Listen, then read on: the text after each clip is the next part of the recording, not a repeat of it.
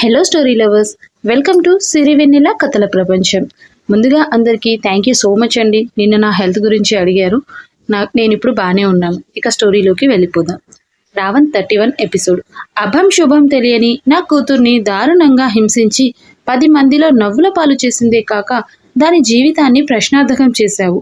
అది సరిపోలేదా? ఇంకా ఎందుకు వచ్చావురా ఇక్కడికి అంటూ విక్కీ కాలర్ పట్టుకొని ప్రశ్నించాడు రామకృష్ణ.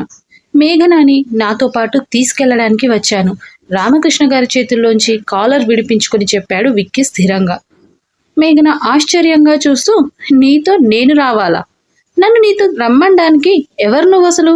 అసలు నీకు నాకు ఏంటి సంబంధం? మేఘన అడిగిన ప్రశ్నకు అతని చూపులు ఆమె గర్భం మీద నిలుపగా, రోడ్డు మీద వెళ్తుంటే పిచ్చి కుక్క కరిస్తే 3 నెలల పాటు హాస్పిటల్ చుట్టూ తిరిగి ఇంజెక్షన్ చేయించుకుంటాం. ఎందుకు? అది మన ఆరోగ్యం కోసమే గాని ఆ కుక్క గుర్తుగా అయితే కాదు కదా. ఇది కూడా అంతే. దీనితో నీకెటువంటి సంబంధం లేదు అంటూ దీన్ని మోయడం సంబంధం లేదు అంటూనే దీన్ని మోయడం ఎందుకు అనుకుంటావేమో.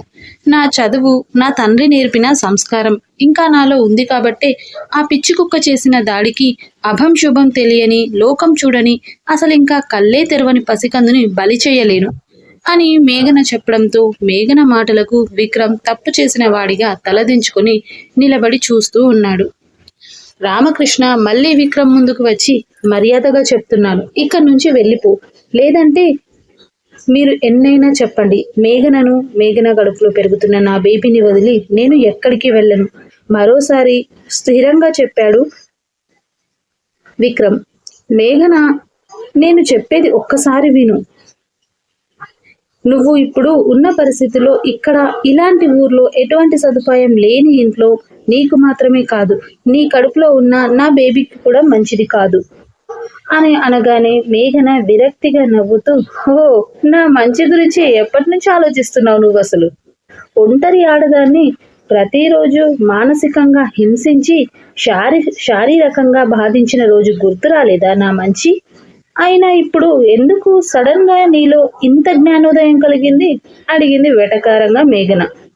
అదంతా అప్పుడు, ఇప్పుడు నీకు చెప్పినా అర్థం కాదు మేఘన. నా మాట విని ఇప్పుడు మనం ముందు ఇక్కడి నుంచి వెళ్ళిపోదాం అన్నాడు విక్రమ్. నా కంఠంలో ప్రాణం ఉండగా నా కూతుర్ని మళ్ళీ నీ చెరలోకి రానివ్వను అన్నారు రామకృష్ణ ఆవేశంగా. నేను కూడా మేఘనని ఇక్కడికి తీసుకువెళ్లకుండా ఎక్కడికి వెళ్ళను తేల్చి చెప్పేశాడు విక్రమ్ కూడా. ఒక్కసారి చెప్తుంటే అర్థం కాదా నీకు? అసలు ఎందుకు ఇలా పదే పదే నన్ను నా వెంట పడి సాధిస్తున్నావు, వేధిస్తున్నావు? నేను నీ వెంట రావడం కాదు, అసలు నీ నీడ కూడా నా మీద గాని నా బేబీ మీద గాని పడడానికి వీల్లేదు. ముందిక్కడి నుంచి వెళ్ళిపో కోపంగా చెప్పింది మేఘన. నువ్వు లేకుండా నేను ఇక్కడ నుంచి ఎక్కడికి వెళ్ళను. నేను వెళ్ళడం అంటూ జరిగితే అది నీతో పాటే, నిన్ను తీసుకొనే. విక్రమ్ కూడా చెప్పేశాడు స్థిరంగా. అసలు నన్ను తీసుకెళ్లడానికి నువ్వెవడివిరా? నీకు నాకు ఏంటి సంబంధం? ఏ సంబంధం ఉందని నన్ను తీసుకెళ్తా అంటున్నావు? మర్యాదగా చెప్తున్నాను విక్కీ, ఇక్కడి నుంచి వెళ్ళు, లేకపోతే నేనేం చేస్తానో నాకే తెలియదు అనగానే, ఓ, అయితే నీకు నాకు ఏ సంబంధం లేదు కాబట్టి నువ్వు నాతో రాను అంటున్నావు, అంతేగా? నీతో నాకు ఓ బంధాన్ని ఏర్పరిస్తే అప్పుడు నువ్వే వస్తావు నాతో అంటూ వెంటనే అతని పాకెట్లో ఉన్న తాళిని తీసి మేఘన మెడలో కట్టడానికి ముందుకు వచ్చాడు విక్రమ్. ఆ తాళి అతను ఎప్పుడో అమెరికా నుంచి వచ్చేటప్పుడే తీసుకొని వచ్చాడు. అప్పుడే నిర్ణయించుకున్నాడు, పరిస్థితులు ఏవైనా మేఘనని ఎలా అయినా తనతో పాటు తీసుకొచ్చేయాలని, అది తన భార్య స్థానంలో అని నిర్ణయించుకొని. అండ్ ఎస్, మీ గెస్ కరెక్ట్ రీడర్స్, విక్కీని ఆఫీస్లో కలిసింది డిటెక్టివ్ ఏజెన్సీ వాళ్ళే. మేఘన గురించి ఇన్ఫర్మేషన్ ఇచ్చాక మరునాడే విక్కీ ఇండియాకి బయలుదేరాడు. విక్కీ దగ్గర అమౌంట్ తీసుకుని వెళ్ళిన తర్వాత ఆ డిటెక్టివ్ ఏజెన్సీ వాళ్ళు మంత్ ఎండింగ్ లో సాల్వ్ అయిన కేసెస్ ని డీటెయిల్స్ అన్ని డిలీట్ చేస్తూ ఉంటే మేఘన కేసు డీటెయిల్స్ ని డిలీట్ చేయబోతూ అనుకోకుండా క్రాస్ చెకింగ్ చేయడంతో అప్పుడు వాళ్ళకి ఆ అకౌంట్ హోల్డర్ మేఘన కాదు అని, అది ఫేక్ అకౌంట్ అని బ్యాంక్ డీటెయిల్స్ చూశాక అర్థమయ్యింది. విక్కీని విషయం చెప్పడానికి ఆ ఏజెన్సీ వాళ్ళు చాలా ట్రై చేశారు. బట్ అప్పటికే విక్కీ కాలిఫోర్నియాలోని లేకపోవడంతో పైగా అతను ఆ రోజే ఆ సిమ్ విరగ్గొట్టేయడంతో విక్కీని కలిసే ఏ ఛాన్స్ కూడా వాళ్ళకు లేకుండా పోయింది. వాళ్ళు విక్కీకి కలిసి అసలు విషయం చెప్పేసరికి జరగవలసిన అనర్థం మొత్తం జరిగిపోయింది. ఏజెన్సీ వాళ్ళు చెప్పగానే నిర్ణయించుకున్నాడు విక్కీ. మేఘనని ఎలాగైనా క్షమాపణ కోరాలని, ఆమెని తన జీవితంలోకి తీసుకురావాలని.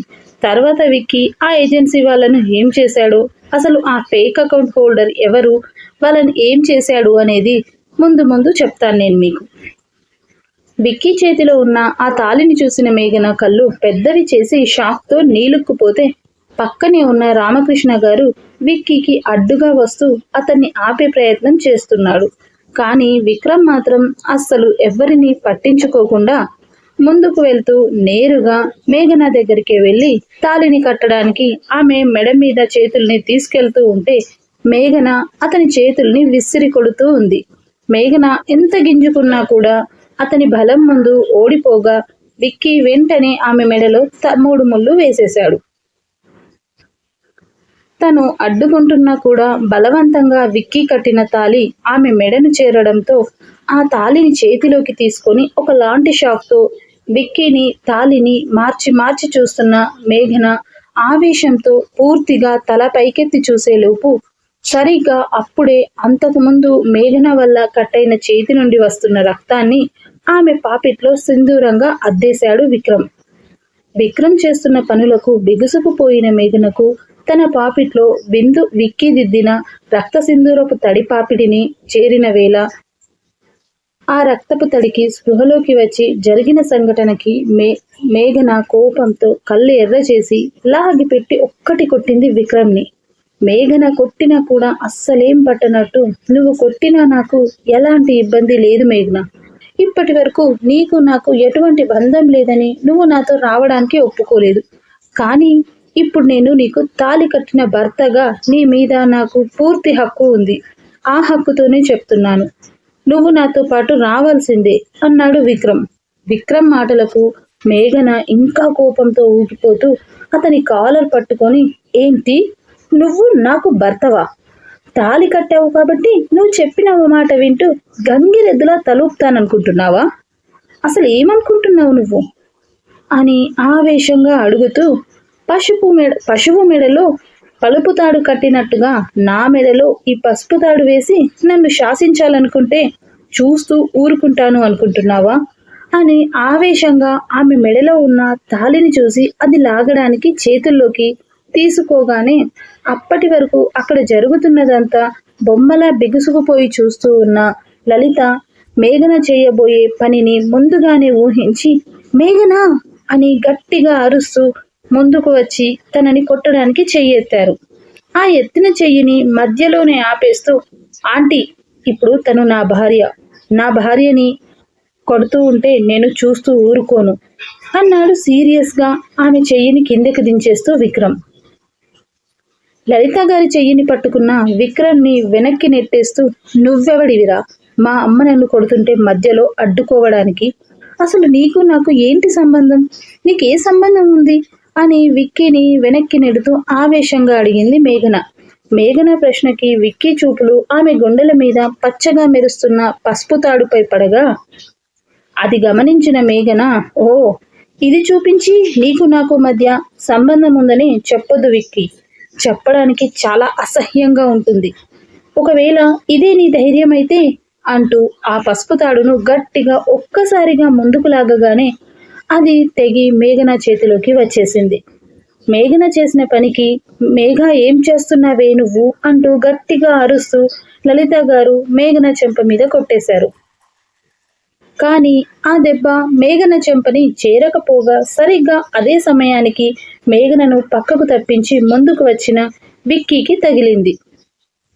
అనుకోకుండా విక్కీని కొట్టిన లలిత గారు తప్పు చేసిన దానిలా ఒక్కసారిగా నోటి మీద చేతులు అడ్డు పెట్టుకొని వెనక్కి జరిగితే మేఘన మళ్ళీ ఆవేశంగా విక్కీ ముందుకు వచ్చి, ఇదిగో, ఏ తాడు అయితే నా మెడలో కట్టి నీకు నాకు సంబంధం ఉందని చెప్పాలనుకున్నావో ఆ తాడు ఒక్క క్షణం కూడా నా ఒంటి మీద ఉన్నా అది నాకు మోయలేని బరువే అవుతుంది, కానీ నేను కోరుకునే బంధం అవ్వదు అంటూ ఆ తాళిని విక్కీ మొహం మీదకు విసిరేసింది మేఘన.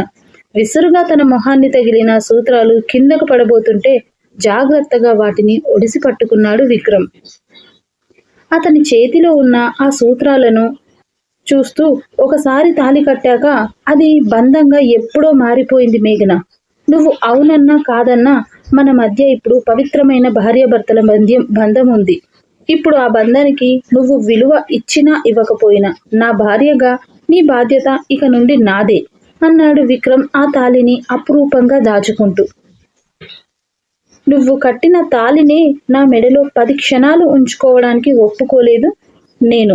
అలాంటి తాళితో ముడిపడిన ఈ బంధాన్ని నా జీవితంలో ఉండనిస్తాను అనుకున్నావా అంది మేఘన కోపంగా. మెడలో తాళి తీసేయగలిగావు, మరి నీ కడుపులో పెరుగుతున్న నా రక్తం మాట ఏంటి, అది కూడా తీసేయగలవా సూటిగా ప్రశ్నించాడు విక్రమ్. విక్రమ్ మాటలకు ఆమె ప్రమేయం లేకుండానే మేఘన చెయ్యి అప్రయత్నంగా తన కడుపు మీదకు చేరిపోయింది. అది చూస్తున్న విక్రమ్ ఫేస్లో కార్నర్ స్మైల్తో మళ్ళీ చెప్తున్నాను మేఘన, నువ్వు అవునన్నా కాదన్నా ఇక నుండి నువ్వు నా భార్యవి, నేను నీ భర్తని. మన ఈ బంధానికి సాక్షి నీ కడుపులో పెరుగుతున్న మన రక్తం. నిన్ను నన్ను ఎవ్వరూ విడదీయలేరు. నిన్ను తీసుకెళ్లకుండా నేను ఇక్కడి నుంచి ఎక్కడికి వెళ్ళను తెగేసి చెప్పేశాడు విక్రమ్. విక్రమ్ మాటలకు తల తిరిగిపోతుంటే అతను పెట్టిన రక్త సింధూరం ఆమె నెదుటి మీద నుంచి జారి సింధూరంగా మారి కిందకి కారుతూ ఉంటే ఓవర్ స్ట్రెస్ వల్ల అప్పటికే బీపీ లెవెల్స్ పెరిగిపోయి కళ్ళు తిరిగి పడిపోయింది మేఘన. పడిపోతున్న మేఘనని పట్టుకోవడానికి విక్కీ స్పీడ్గా ముందుకు వస్తే వెంటనే మేఘనను అతని షోల్డర్కు ఆసరాగా చేస్తూ నా కూతురు మీద నీ చెయ్యి పడడానికి కూడా వీల్లేదు అంటూ మరో చేత్తో తనని ఒకే ఒక్క తోపు తోశాడు రామకృష్ణ. కానీ విక్రమ్ బలం ముందు రామకృష్ణ గారు ఓడిపోవడం, విక్రమ్ అక్కడి నుండి ఒక్క అడుగు కూడా వెనక్కి వేయలేదు. పక్కనే ఉన్న లలిత గారు మేఘనని పట్టుకొని ఏంటండి మీరు కూడా అలా మాట్లాడుతున్నారు అని, ఏం జరిగిందేదో జరిగిపోయింది. ఇప్పుడు జరిగిపోయిన దాని గురించి గొడవ పడుతూ ఉంటే అది మన అమ్మాయి ఆరోగ్యానికి అంత మంచిది కాదు. ముందు అమ్మాయికి ఏమైందో అని అరుస్తూ అన్నారు లలిత. రామకృష్ణ గారు పక్కకి తోసినా కూడా ఆయన్ని పట్టించుకోకుండా ముందుకు వచ్చిన విక్రమ్ మేఘనని జాగ్రత్తగా అతని చేతుల్లో లిఫ్ట్ చేసి అక్కడే ఉన్న బెడ్ మీద పడుకోబెట్టి తన బీపీ పల్స్ చెక్ చేశాడు. మేఘనకి కళ్ళు తిరగడానికి కారణం ఓవర్ స్ట్రెస్ అని అర్థమయ్యి మేఘన ఎమర్జెన్సీ ఫస్ట్ ఎయిడ్ కిట్లో ఉన్న ఇంజెక్షన్ ఒకటి తీసి తనకు ఇంజెక్ట్ చేసి మేఘన చాలా నీరసంగా కూడా ఉండడంతో సెలైన్ పెట్టి అందులోనే నిద్ర కోసం ఇంజెక్షన్ కూడా చేసి, ఆంటీ ఇప్పుడు తను చాలా స్ట్రెస్లో ఉంది, ఇలాగే ఎక్కువగా స్ట్రెస్ ఫీల్ అవుతూ ఉంటే తనకే కాదు తన కడుపులో ఉన్న మా బాబుకు కూడా ప్రమాదమే, ఇక నుండి తన బాధ్యత నాది అని చెప్పాడు విక్రమ్. అది చెప్పడానికి నువ్వెవడివిరా అసలు నా బిడ్డకు ఇలా జరగడానికి కారణమే నువ్వు. ముందు నువ్వు నా ఇంట్లోంచి బయటకు వెళ్ళు అంటూనే విక్కీని మెడ పట్టుకొని లాక్కెళ్ళి ఇంట్లో నుంచి బయటకు నెట్టేసి విక్కీ మొహం మీదే డోర్ వేసేశాడు రామకృష్ణ. ఆ తర్వాత ఏం జరగబోతుందో తెలుసుకోవాలనుకుంటే వింటూనే ఉండండి Ravan, only on my channel Sirivennela కథల ప్రపంచం. ఇక నుండి స్టోరీని చదివే రీడర్స్ 2 పార్ట్స్గా డివైడ్ అవుతారండి. ఒకళ్ళు విక్కీ వైపు ఉంటే ఒకళ్ళు మేఘన వైపు ఉంటారు. బట్ మీరంతా రీడర్స్, బట్ నేను అలా కాదు, రైటర్ని కాబట్టి నా పాయింట్ ఆఫ్ వ్యూలో ఇద్దరి వైపు నుంచి చూడాలి. సో నేను ఇద్దరి వైపు నుంచి చూస్తూనే స్టోరీని రన్ చేస్తూ ఉంటాను. మీరు ఏమైనా అనుకోండి, బట్ నన్ను మాత్రం తిట్టకండి, అంతే చాలు. ఇంకో విషయం ఏంటంటే నేను అన్ని క్యారెక్టర్స్కి న్యాయం చేసి కరెక్ట్గానే ఎండింగ్ ఇస్తాను. మీరు అలాంటి టెన్షన్ ఏం పెట్టుకోవద్దు. కాకపోతే జరిగేది చూస్తూ ఉండండి, చదువుతూ ఉండండి, మీ అభిప్రాయాలని కామెంట్ సెక్షన్లో చెప్పండి. నన్ను మాత్రం ఇందులోకి ఇన్వాల్వ్ చేయొద్దు. అండ్ నిన్న నా కోసం అడిగిన వాళ్ళందరికీ మరొకసారి థ్యాంక్ యూ సో మచ్ అండి. నాకేం కాలేదు, నన్ను ఎవరు కూడా ఏమనలేరు. కొంచెం ఫీవర్ వచ్చింది, ఆ ఫీవర్ వల్లే నేను ఇవ్వలేకపోయాను. ప్లీజ్ అండి, ఎవరు నన్ను ఏమనలేదు, మీరు ఎవరిని ఏమనాల్సిన అవసరం లేదు.